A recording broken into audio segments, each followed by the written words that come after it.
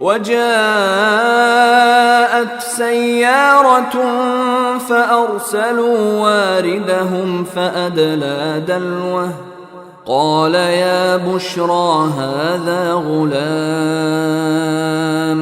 وأسروه بضاعة والله عليم بما يعملون۔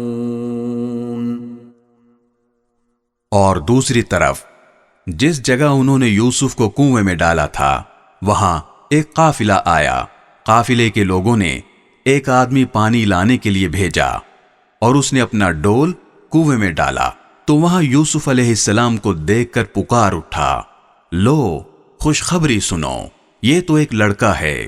اور قافلے والوں نے انہیں ایک تجارت کا مال سمجھ کر چھپا لیا، اور جو کچھ وہ کر رہے تھے اللہ کو اس کا پورا پورا علم تھا۔ وَشَرَوْهُ بِثَمَنٍ بَخْسٍ دَرَاهِمَ مَعْدُودَةٍ وَكَانُوا فِيهِ مِنَ الزَّاهِدِينَ۔ اور پھر انہوں نے یوسف کو بہت کم قیمت میں بیچ دیا جو گنتی کے چند درہموں کی شکل میں تھی، اور ان کو یوسف سے کوئی دلچسپی نہیں تھی۔